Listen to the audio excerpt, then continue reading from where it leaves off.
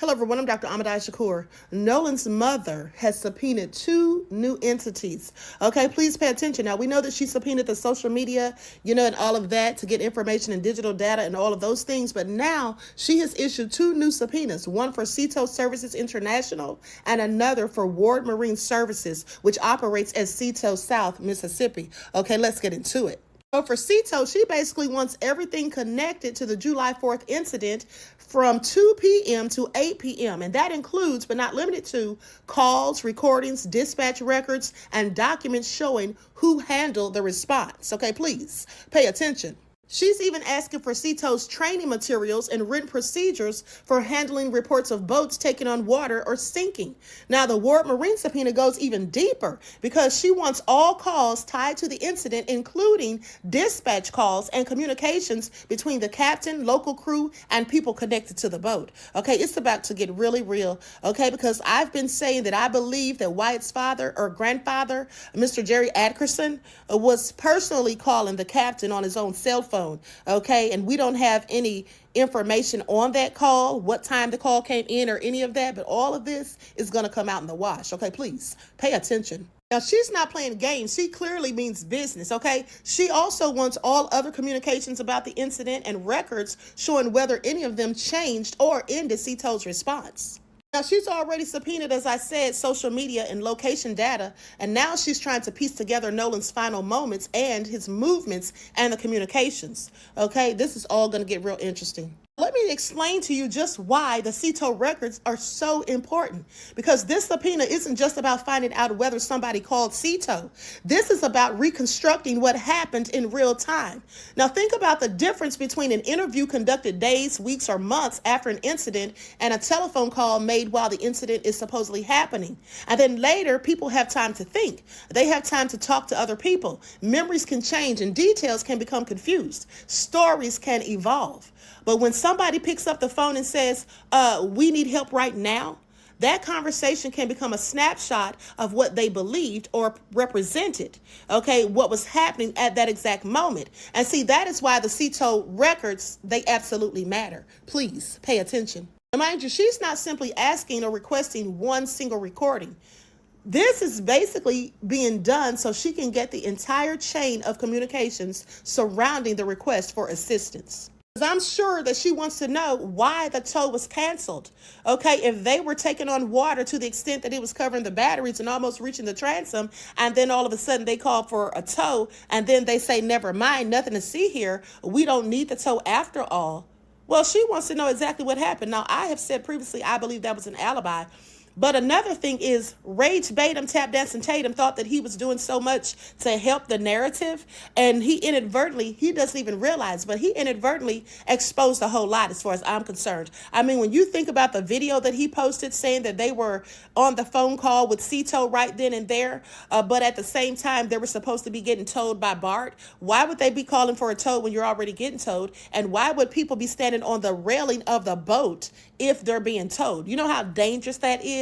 See, all of these lies that have been told and all the inconsistencies and everything, it's all about to come out in the wash. Okay, please pay attention. And the fact that she even wants the training materials, that's really big and that's very important, because those materials could establish what CETO personnel was trained or expected to do when somebody reports a vessel sinking or taking on water. Okay, for example, what questions should dispatchers ask? What information should they obtain? Under what circumstances should the Coast Guard become involved? How is the seriousness of a call evaluated, and how is the cancellation handled? What records are generated? See, all of this gives investigators something against which the actual response can be compared.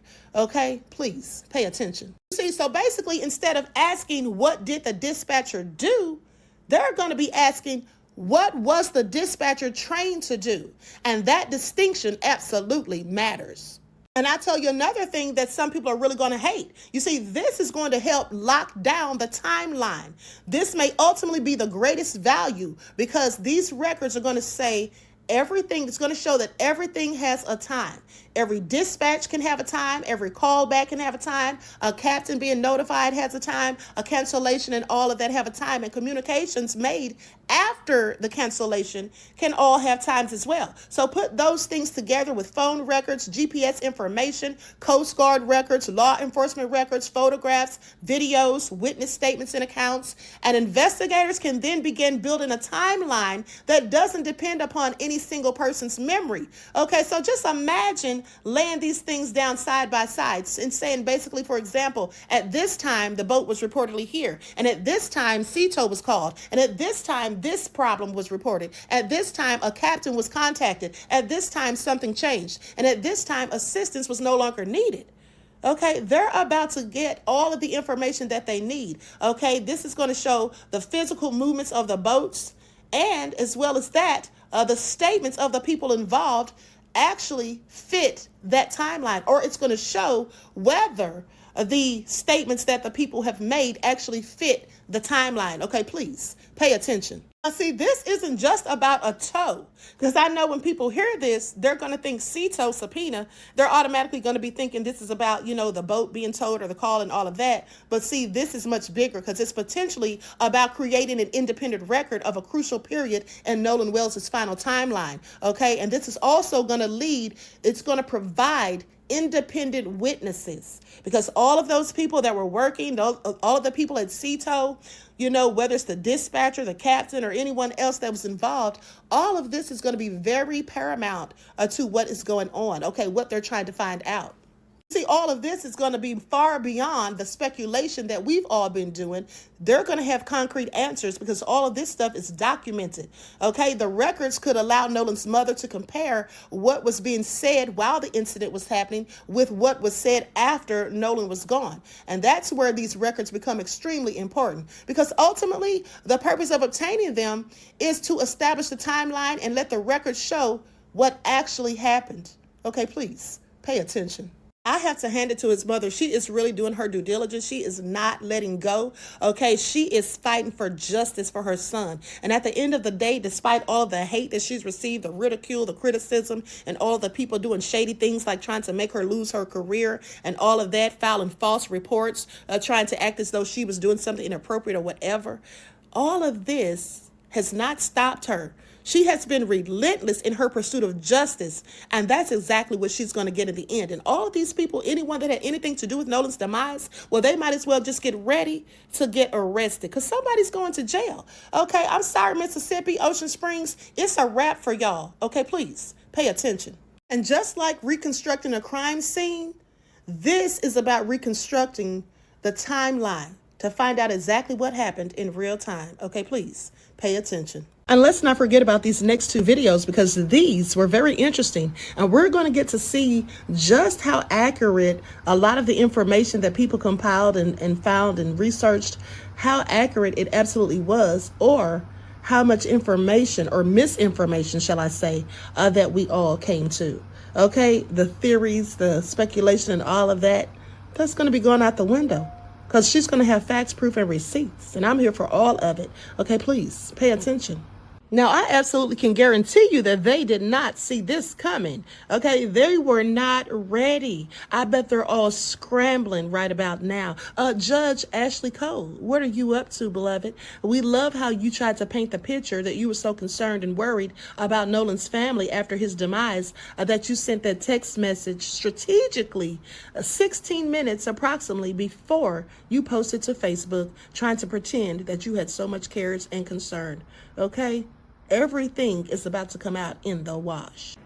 Rest in peace to you, Nolan Xavier Wells. We are fighting for you. We have your family's back, and we will not stop. We will keep on pushing until justice comes. Oh, I figured it out. I got the right answer. Look, I asked OpenAI to create this diagram down here. And what does this diagram show you? Oh, look at the boat. You see all these people? Look at all the 5 people at the front of the boat. What are they avoiding? Why are they all on the edge of the front of the boat? It's because they are avoiding the red mark you see in the diagram, which is Nolan's body. Yeah, and the dude in the back of the boat in the orange shorts, he's the one messing with the bilge pump. If you look at the diagram, the red dot at the back of the boat is the bilge pump. And if you look at Wyatt is on the phone with CETO. What is he doing? He said I gotta go check the coordinates. When the lady asked for his coordinates, he said, let me go look. So Wyatt was over here, over Nolan's body, prior to walking over here and looking for the coordinates for the CETO call. This is the truth. This is what happened. This is why they are avoiding that space. Why is there a void between these 5 people right here? Why is there a void between these 5 people? What are they avoiding? What are they looking at? Look at the diagram. The red spot is Nolan's body. This is the truth. This is the truth.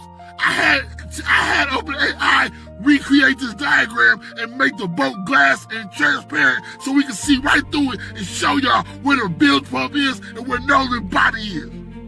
Now, give me my damn check.